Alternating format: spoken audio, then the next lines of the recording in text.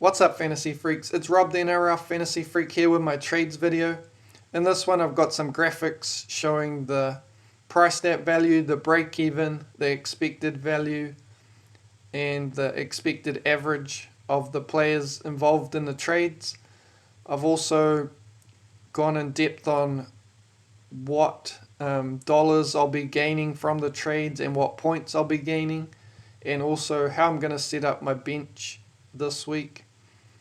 I'll go over the captaincy decision this week, and then I'll also go over, similar to last week's video, just the key talking points again with captaincy and most valued players, who's hot, who's not, most owned, and the form players for the last 2 weeks.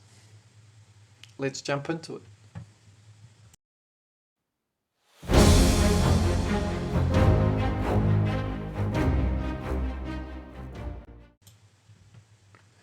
Okay guys, so with my trades, I'm going to show these graphics. In the box, as you can see, PA, which is price stat. So Isaiah priced at 57, break even of 60, and I've got him at an expected average of 53. So he's going to lose cash. Expected value of -5. And I'm going to trade him to Jacob Carraz, who is priced at 53. Got a B of 44, so he's likely to hit that with his expected average of 52. So I've got zero value there, but there is potential with all these 6 agains that he will have value. So we're not buying him for the dollar value, we're buying him for the stability in the tough wing fullback position. And yeah, I think it's pretty straightforward to me that we're moving off a player whose role is reduced and we're moving to a player who is a top gun in his position to shore up that position, to save us from playing someone like Setutu, who scored poorly last week. I do think he'll bounce back this week, but I'd much rather have that position locked up. And Macassini as well. He's young and we need to see more of him to fully understand how good he's going to be. So yeah, just having Carraz there will give me those good safe points. And with the him being on the left wing at the Dogs, there is potential for him to improve on last year. So on to the next trade. So the next trade, Dylan Brown, he's got the injury to the knee and should be out for 4 weeks. I do kind of want to keep him as a looper for this week, and I've heard that Paxton hasn't been named in reserve grade and could be potentially getting into the Titans team, which could mean Howe is on the chopping block. So I'm going to hold off on this trade, see if we get any more information, but otherwise Dylan Brown out due to the 4-week injury.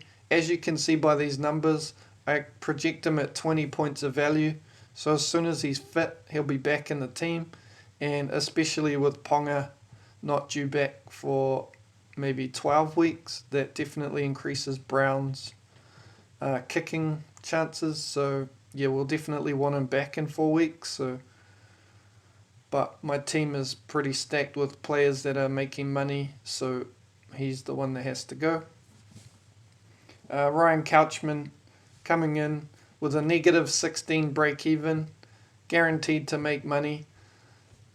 Making trades like that where they've got a low break even means it's a very low risk of going completely wrong. And you'll often hear fantasy coaches talk about sideways trades later on in the season. So this is definitely an easy cash play. I'm still not certain on his role with Littleback, and with Couchman, Toby and Hamish Stewart kind of not being as good as they have been. If they were to improve, that's going to affect Ryan Couchman's minutes. So, yeah. I've got him projected at 39 average. So, 11 points of value still. And then potential upside if he was to get those bigger minutes that he's got in the first two games. So, Setu 2 was a problem for me last week, scoring very low. So, to avoid playing him, I'm going to bench him and start Jesse Colquhoun, who got a 52, I think it was. So, much better option to play. And so that's my starting team. And then on the bench, I'll have Atkinson at 16 and Couchman at 17. I have more faith in Atkinson. Obviously, he'll get 80 minutes. And I've got him projected at a higher average than Couchman based on the lower minutes for Couchman. And it doesn't really affect the scoring, but the main thing is I'll be playing Atkinson and Couchman ahead of Sanders and Howe, and the two winger fullbacks and centres in Makasini and 2 will be in at the bottom of the bench. So just to summarise, points changes after these trades. Yo projected at 53 and Kiraz 52, so marginal loss there. But playing Colquhoun over 2 gets me 4 points per week. And the net gain is 9 points after 3 weeks, so not much in terms of points, but the dollars changes is where it's at. Getting Kiraz in over Yo. Yo's going to lose cash and Kiraz will gain, and it works out at 38k projected for those two. And then trading Brown to Couchman would gain me 124k after 3 weeks if Couchman averages 39. If he was to keep the role that he's got at the moment, getting those big minutes, then obviously a lot more. But so at 124k in 3 weeks, it makes it a nice safe trade and can't really go wrong. So looking at the captaincy for this week, I've come up with this graphic that has Cleary on top. Last 3 average against the opposition, I'll put that in each week. And Cleary at 78 against the Roosters. Haas has got 81, so he is projected higher. But the last 3 average of 74.5 for Cleary versus 65.5 for Payne has swayed it for me. So yeah, captaincy, Payne Haas, 43% on him at the moment, only 16% on Cleary. So I'm going against the grain on this one. Farnworth at 2%, Grant at 2%, and Terrell May 2%. I think I'd rather have it on May, showing what he could do, getting a 60 in 50 odd minutes, 57 minutes or something. Cash cows, so Lukey's at the top. This is projected off NRL Fantasy Pro. Noah Martin, Aramahau is 3rd, so hope he doesn't lose his spot. David Fafita and Tom Chester. So that's a good reason why you shouldn't be selling Fafita if you're thinking about it. On the Who's Hot list, Noah Martin, of course. If you didn't pick him up last week, you should definitely have him. Couchman at number 2, that's why I'm getting him. Leo, I'm not sure why people would be getting him after that last performance. Dewey, definitely should be getting him, and Lasati as well. I think he's proven that he is a step up on Blore, so he should keep that spot.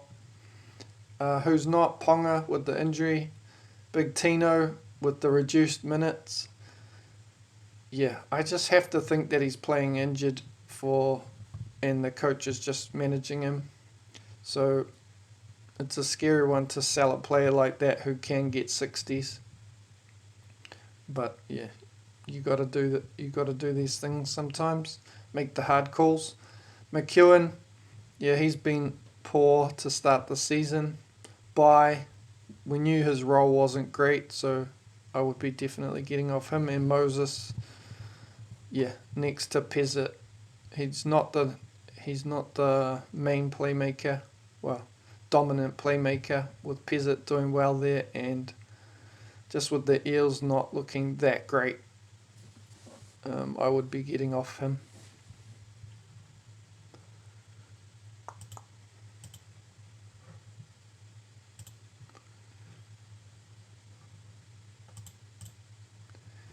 And finally, the highest owned players, Payne Haas, of course. Hopefully he gets some bigger minutes this week and the people captaining him will benefit. It is one reason why I'm scared that I'm not captaining him. But yeah, you got to pick one, and I'm going with Cleary. Makasini, 57% with the dual, and he's got more job security now. For Fafita, with that massive upside, Mooney has delivered, and Chester as well has been awesome. Form, Adam Dewey with the 82, get him in. Tanner Boyd has less runway than Dewey, with Metcalf coming back in like 4 weeks, and you might have already missed the big scores. Samuela Fainu, great score to start the season, but I wouldn't be jumping on him with all the edges. Cleary, I think you should definitely be finding a way to get him in your team, because he can post big scores and you'll be left behind. And Preston, with that first game, I think that's elevated being in Vegas, and yeah, I wouldn't be getting him when there's so much value in the edge position. We don't need a gun edge at this stage. So that's it from me in this video. Good luck everyone for this round, and definitely chuck some comments in on who you're trading out. If you've got any questions, let me know and I'll get back to you. Thanks for watching, and I'll see you in the next one.